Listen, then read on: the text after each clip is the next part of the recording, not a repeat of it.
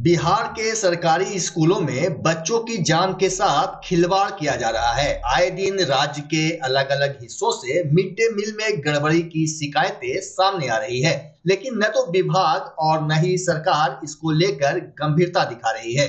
ऐसे में सवाल उठ रहा है कि क्या हमेशा की तरह सरकार तब जागेगी जब कोई बड़ा हादसा हो जाएगा। दरअसल अधिक से अधिक बच्चों को स्कूलों से जोड़ने और उनके पोषण को ध्यान में रखते हुए मध्याह्न भोजन योजना की शुरुआत की गई थी। वहीं इस योजना का फायदा भी मिला और स्कूलों में बच्चों की संख्या बढ़ गई, लेकिन इस योजना में लूट खसोट की खबरें मीडिया की सुर्खियां बनती रही। कभी मिड डे मील के चावल की चोरी तो कभी दूषित भोजन बच्चों को परोसा जाने लगा। वहीं लगातार मिल रही गड़बड़ी के बाद सरकार ने कई जगह बच्चों के लिए मिड डे मील का जिम्मा एनजीओ को सौंप दिया, लेकिन कोई फायदा नहीं मिला। राज्य के अलग अलग हिस्सों से बच्चों को दूषित खाना परोसने का सिलसिला जारी रहा। कभी चावल में कीड़े तो कभी खिचड़ी में सांप मिलते रहे और बच्चे मिड डे मील खाकर बीमार होते रहे, लेकिन सरकार और विभाग को इससे कोई फर्क नहीं पड़ता है। ताजा मामला भागलपुर सुल्तानगंज प्रखंड के कुमैठा पंचायत के प्राथमिक विद्यालय मधुसूदनपुर का है, जहां भोजन में छिपकली और गिरगिट मिलने से ग्रामीण आक्रोशित हो गए। बताया जा रहा है कि एनजीओ के द्वारा स्कूली बच्चों को खाना खिलाए जाने पर 1 दर्जन बच्चे की तबीयत बिगड़ गई और कई बेहोश हो गए। घटना की जानकारी मिलते ही जिला परिषद सदस्य अरुण कुमार दास मौके पर पहुंचे और एम्बुलेंस की व्यवस्था करते हुए सभी बच्चों को शाहकुंड रेफरल अस्पताल में इलाज के लिए भर्ती कराया। डॉक्टर ने कहा कि फिलहाल सभी बच्चे खतरे से बाहर हैं।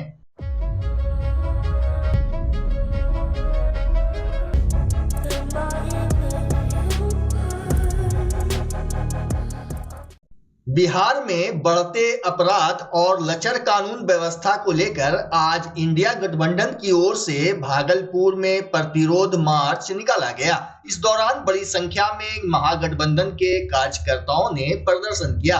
वहीं महागठबंधन द्वारा सरकार के खिलाफ निकाले जा रहे प्रतिरोध मार्च को लेकर शहर के घंटाघर चौक से लेकर जिला समाहरणालय के कचहरी चौक तक भारी संख्या में पुलिस बल की तैनाती की गई थी। बता दें कि बिहार के सभी जिला मुख्यालयों में आज महागठबंधन ने एकजुट होकर प्रतिरोध मार्च निकाला।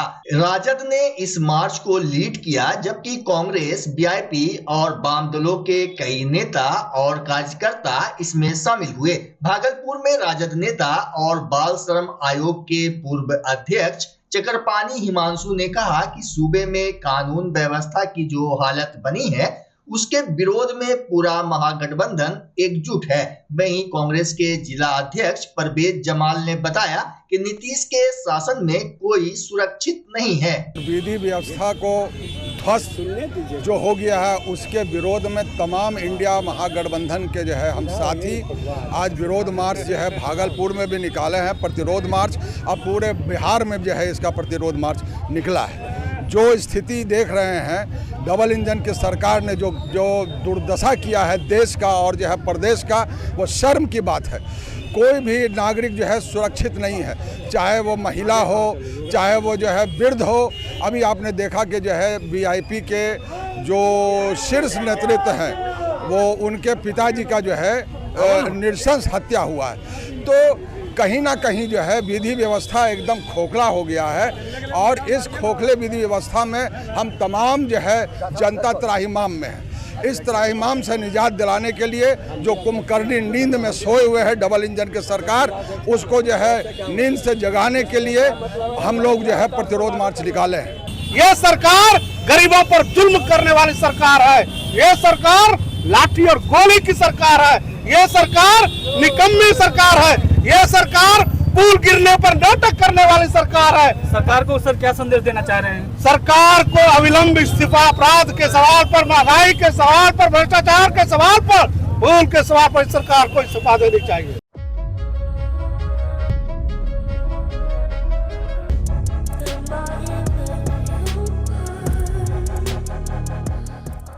विश्व प्रसिद्ध श्रावणी मेला की तैयारी का जायजा लेने बिहार सरकार के नगर विकास मंत्री नितिन नवीन भागलपुर सुल्तानगंज के अजगैबीनाथ धाम पहुंचे।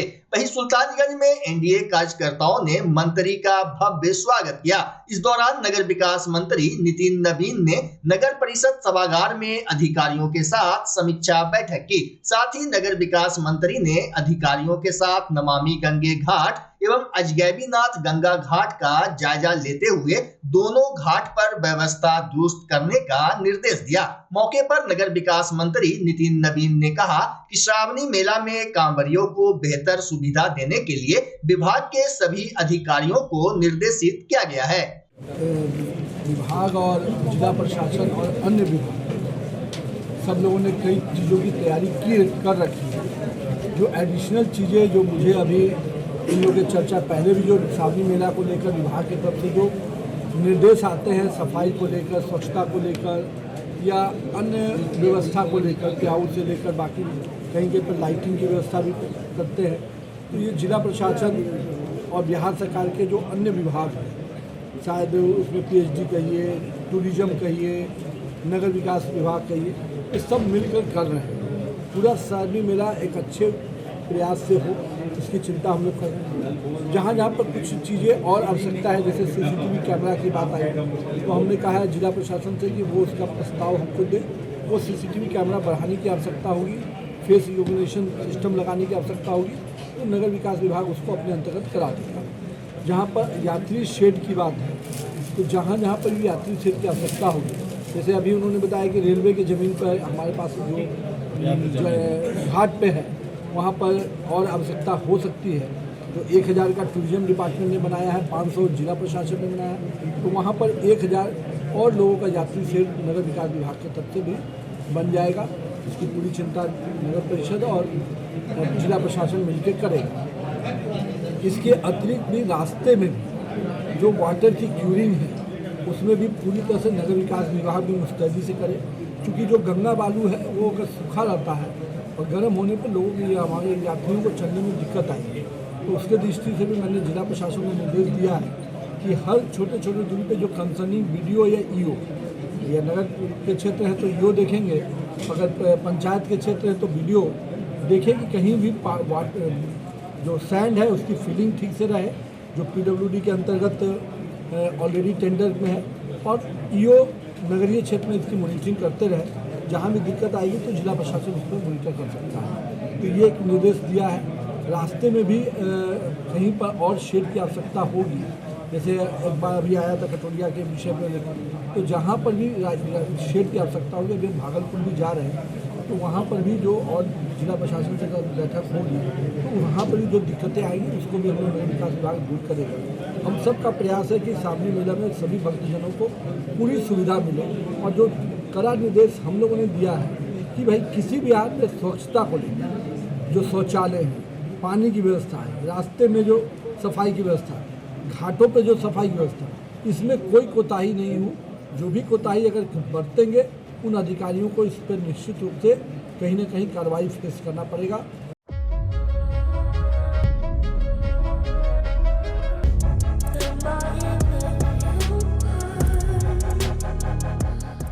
भागलपुर पीरपैंती प्रखंड मुख्यालय के ट्राइसेन भवन में पंचायत समिति की बैठक हुई। बैठक में प्रखंड प्रमुख रश्मि कुमारी, प्रखंड विकास पदाधिकारी अभिमन्यु कुमार, विधायक ललन पासवान शामिल हुए। वहीं विधायक ललन पासवान ने कहा कि शिक्षक अपने स्कूल से 5 किलोमीटर के अंदर आवास लेकर रहें। इस दौरान स्वास्थ्य, पशुपालन, बाढ़, मनरेगा सहित अन्य बिंदुओं पर भी चर्चा हुई। बैठक में पशुपालन पदाधिकारी डॉक्टर ललित कुमार, कार्यक्रम पदाधिकारी दिवेश कुमार गुप्ता, उप प्रमुख मुखिया अरविंद शाह, पवन यादव, उत्तम शाह, पंचायत समिति मंटू रजक सहित कई जनप्रतिनिधि शामिल हुए। वहीं बैठक के बाहर मुखिया के द्वारा नारेबाजी भी की गई, जिसके बाद प्रखंड विकास पदाधिकारी ने सभी को समझा बुझाकर मामला शांत कराया।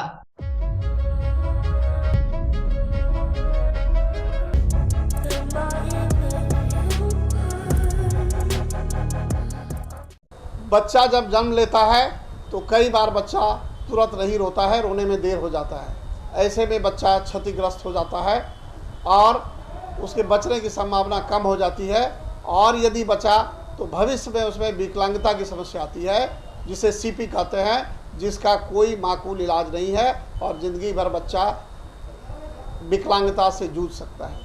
ऐसे में पूरे संसार में कूलिंग थेरेपी का सहारा लिया जाता है। जन्म से ठीक 6 घंटा के अंदर यदि उसको कूलिंग थेरेपी दिया जाए तो उससे उसका सीपी की समस्या कम होती है और बचने की भी संभावना बढ़ती है। पहली बार बिहार झारखंड में आपके शहर के स्नेह नवजात शिशु बाल सेवा केंद्र में यह मशीन उपलब्ध है। कभी भी ऐसी बात हो कि बच्चा रोने में विलम्ब हो गया तो आप स्नेह नवजात शिशु बाल सेवा केंद्र में जरूर संपर्क करें।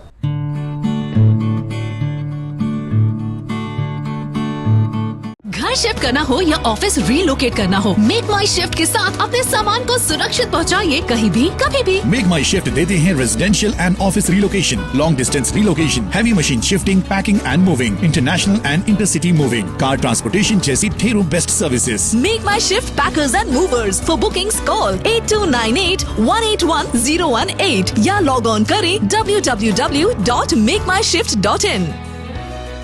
रिंकू एलईडी बल्ब एक बार लाओ और चलाते ही जाओ। हमारे एलईडी बल्ब्स है क्वालिटी में नंबर 1 और एनर्जी एफिशिएंट, जो रखे एनवायरनमेंट और आपके बिजली के बिल दोनों का ख्याल। रिंकू एलईडी बल्ब के साथ एनर्जी बचाओ और बिल घटाओ। ये है पावर सेविंग लाइट जो चले लंबे समय तक और रखे आपके घर को रोशन। हमारे यहाँ एलईडी लाइट्स मिलते हैं एक व्यापक रेंज में जो आपकी हर जरूरत को पूरा करेगी। लेकिन यही नहीं, हमारे एलईडी लाइट सिर्फ चमकदार नहीं बल्कि एनवायरनमेंट फ्रेंडली भी है। तो आज ही लाओ रिंकू एलईडी बल्ब और पाओ 1 साल की वारंटी का भरोसा। रिंकू एलईडी बल्ब्स, नई जनरेशन के स्मार्ट बल्ब्स। आज ही संपर्क करें 8651063786 या मेल करें rinku.led.bulb@gmail.com। हमारा पता असाननपुर, भागलपुर, बिहार 812002।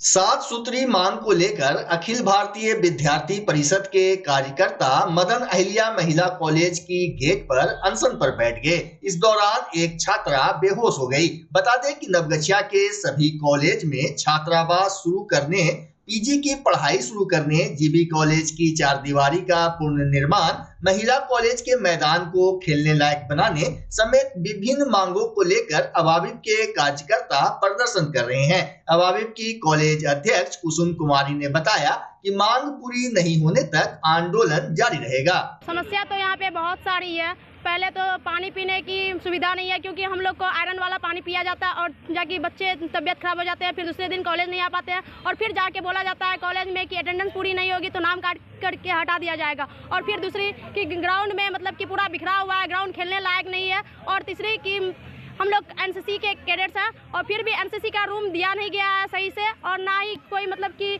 टीचर भी है तो टीचर्स अच्छे से पढ़ाई नहीं होती है कॉलेज में, और सब्जेक्ट के भी टीचर नहीं है। और मतलब कि हम लोग को बहुत सारे इतने मतलब कि समस्या है जो कि पूरी नहीं हो रही है। इसमें छात्राएं बैठी हुई हैं। हमको 15 तारीख को इन लोगों ने पत्र दिया कि हम आमरण अनशन करेंगे।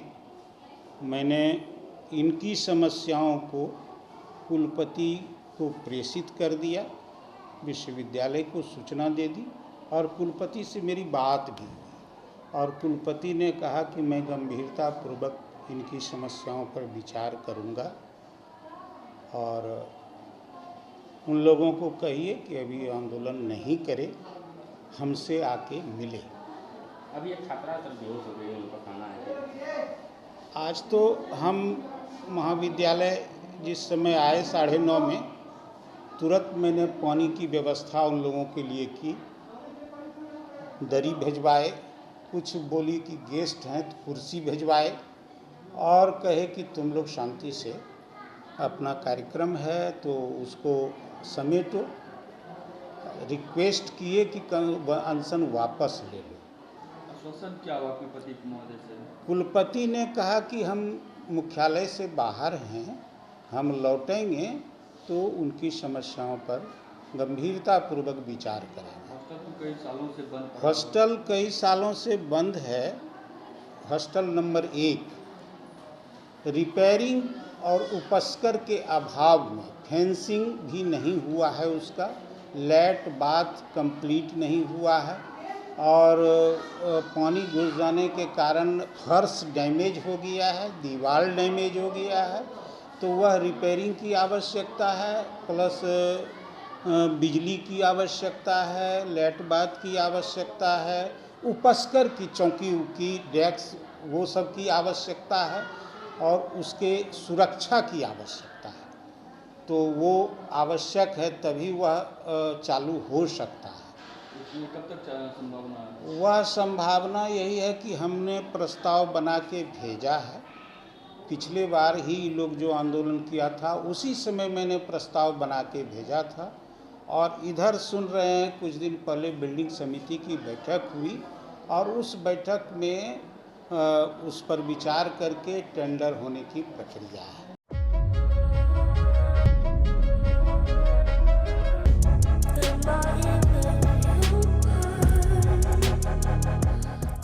भागलपुर खानका सहबाजिया के पूर्व सज्जादा नसी हजरत सैयद शाह इश्तियाक आलम जिया सहबाजी की बहन एवं वर्तमान सज्जादा नसी हजरत सैयद शाह मोहम्मद इंतखाब आलम सहबाजी की फूफी का गुरुवार की शाम लगभग 7 बजे निधन हो गया। निधन की खबर के बाद पूरा खानका परिवार सहित शहर के लोग गमजदा हो गए। वहीं जुमा की नमाज के बाद मौलाना चक स्थित मियां साहब के मैदान में जनाजे की नमाज अदा की गई। जनाजे की नमाज खानका सहबाजिया के सज्जादा नसी हजरत सैयद शाह मोहम्मद इंतखाब आलम सहबाजी ने पढ़ाई। बता दें कि मरहुमा भागलपुर के मौलाना चक से संचालित एजाजे सैयदना फाउंडेशन के संस्थापक हजरत सैयद अहमद अता हुशाम कादरी की मां हैं।